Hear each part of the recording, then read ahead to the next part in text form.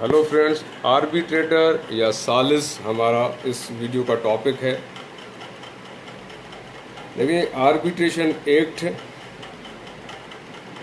एक कानून है। आर्बिट्रेशन एक्ट या कानून है सालिसी। इसके तहत मोस्टली जहाँ पे सिविल डिस्प्यूट्स हों, सिविल सूट्स हों, सिविल नेचर के केसेस हों,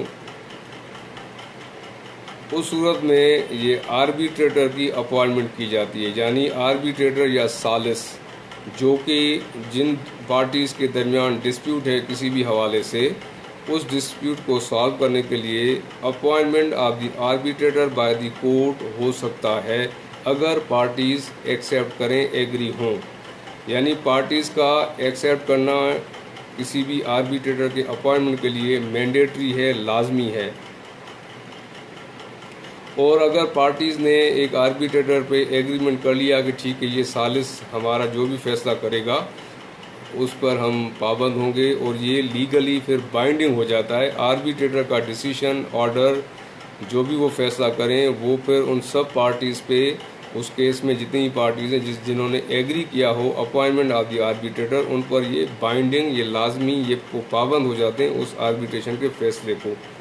और फिर आर्बिट्रेशन के ऊपर रेस जुडिकाटा का जो प्रिंसिपल है वो भी अप्लाई होता है। यानी किसी भी ऐसे मसले में जिसमें आर्बिट्रेशन एक्ट के तहत आर्बिट्रेटर अपॉइंट हुआ हो और आर्बिट्रेटर ने एक ऑर्डर कर दिया हो, फैसला दे दिया हो, उस ऑर्डर, यानी ऐसे मामले को फिर से दोबारा से कोर्ट में नहीं लाया जा सकता। इसी को कहते हैं रेस जुडिकाटा।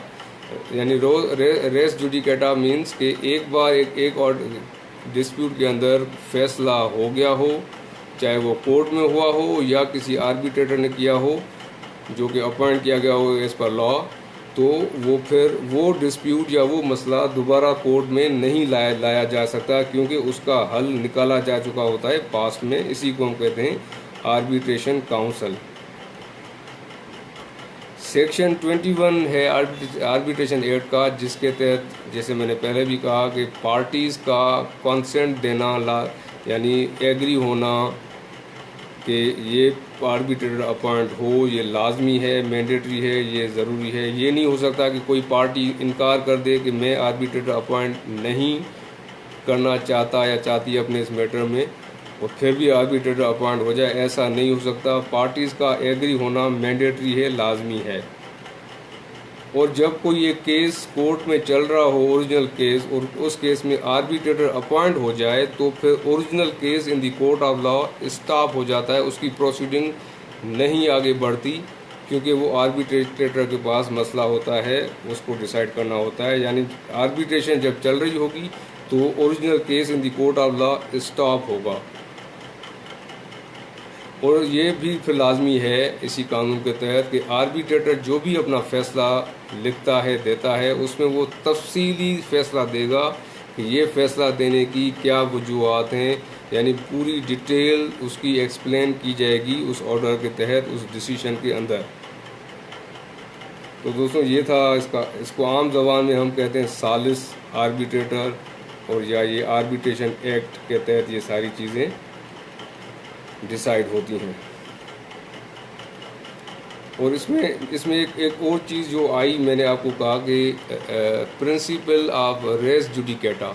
रेस जुडिकेटा एक कानून का प्रिंसिपल है कि सेटल्ड प्रिंसिपल ऑफ लॉ है कि जब कोर्ट से या आर्बिट्रेटर की तरफ से किसी एक मसले में एक डिसीजन आ जाए तो वो मामला फाइनल हो जाता है। फिर से वो दोबारा किसी केस में वही डिस्प्यूट नहीं उठाया जा सकता।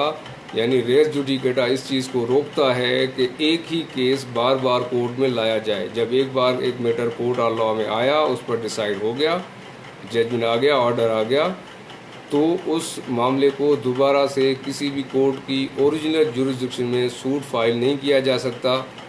हाँ, अगर कोई ऐसा जजमेंट है, ऑर्डर है, जिससे ग्रीवांस है किसी पार्टी को, तो फिर उसको आप अपील में या रिवीजन में चैलेंज तो कर सकते हैं, लेकिन उसके लिए ज़रूरी होगा कि उसके अंदर कोई वीकनेस, कोई लेक्यूना, कोई खामी अपीलेट कोर्ट में या रिवीजन कोर्ट में साबित करनी पड़ेगी, तब ही वो अपील सुनी जाएगी या अलाउ होगी। अगर कोई भी उसमें खामी, कमज़ोरी या लेक्यूना नहीं रह गई, तो उस सूरत में फिर वो फाइनल माना जाएगा और अपील भी फिर डिसमिस हो जाएगी। तो ये इसमें एक तो आर्बिट्रेशन एक्ट, आर्बिट्रेटर और फिर प्रिंसिपल ऑफ रेस जुडिकेटा, ये तीनों चीज़ें समझाने की कोशिश की है मैंने आपको। Thank you.